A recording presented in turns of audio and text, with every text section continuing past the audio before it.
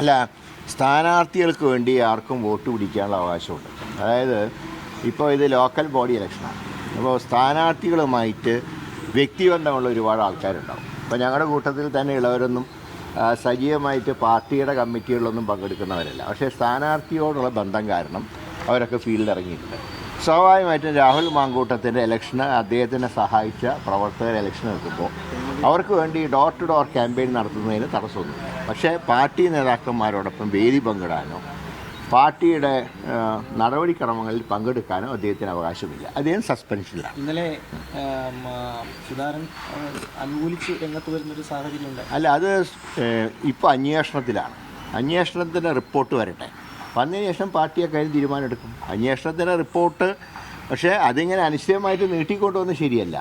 ഇനി അങ്ങനെ ഗവൺമെൻറ് നീട്ടിക്കൊണ്ടുപോവുകയാണെങ്കിൽ രാഹുൽ മാങ്കൂട്ടത്തിന് കോടതിയെ സമീപിക്കാം. ഇത്ര നാൾക്കുള്ളിൽ തൻ്റെ അതായത് ഒരു ജനപ്രതിനിധിയാണ്, ജനപ്രതിനിധി എന്നുള്ള നിലയിൽ പ്രവർത്തിക്കാൻ ബുദ്ധിമുട്ടുണ്ട്. കാരണം ഇങ്ങനത്തെ പുകമറയുള്ളതുകൊണ്ട്. അതുകൊണ്ട് എൻ്റെ നിരപരാധിത്വം തെളിയിക്കാൻ എത്രയും പെട്ടെന്ന് കോടതി പോലീസ് ഉദ്യോഗസ്ഥന്മാർക്ക് ഇത്ര മാസത്തിനകോ ഇത്ര ദിവസത്തിനകോ തീരുമാനം എടുക്കണം എന്ന് ഡയറക്ഷൻ കൊടുപ്പിക്കാൻ കഴിയും. അപ്പോൾ അതൊക്കെ നിയമത്തിൻ്റെ വഴിക്ക് നടക്കട്ടെ. പാർട്ടിയെ സംബന്ധിച്ചധികം പുറത്താണ് നിൽക്കുന്നത്. അതുകൊണ്ട് കൂടുതലായിട്ടുള്ള നടപടികൾ സ്വീകരിക്കേണ്ട സാഹചര്യം ഇപ്പോഴില്ല. നിലവിൽ ഓരോ ദിവസം ഒരു സംഭവം, ഒരു ആരോപണം നേരിടുന്ന വ്യക്തി ജനപ്രതിനിധി ആയിക്കോട്ടെ, ആരോപണമൊക്കെ ഫ്രീയായിരുന്നു.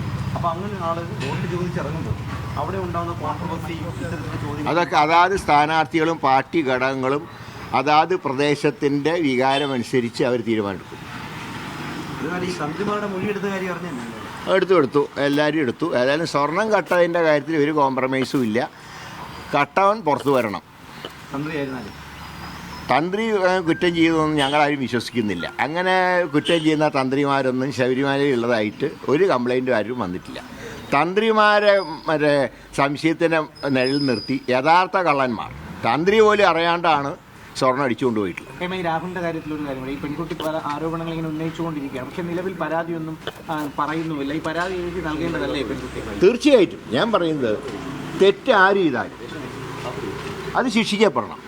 അപ്പോൾ ധൈര്യമായിട്ട് എഴുതി കൊടുക്കണം. കാരണം എന്താണെങ്കിലും സമൂഹത്തിൻ്റെ പ്രൊട്ടക്ഷൻ ആ കുട്ടിക്ക് ഉണ്ടാവുമല്ലോ, ആരാണെങ്കിലും.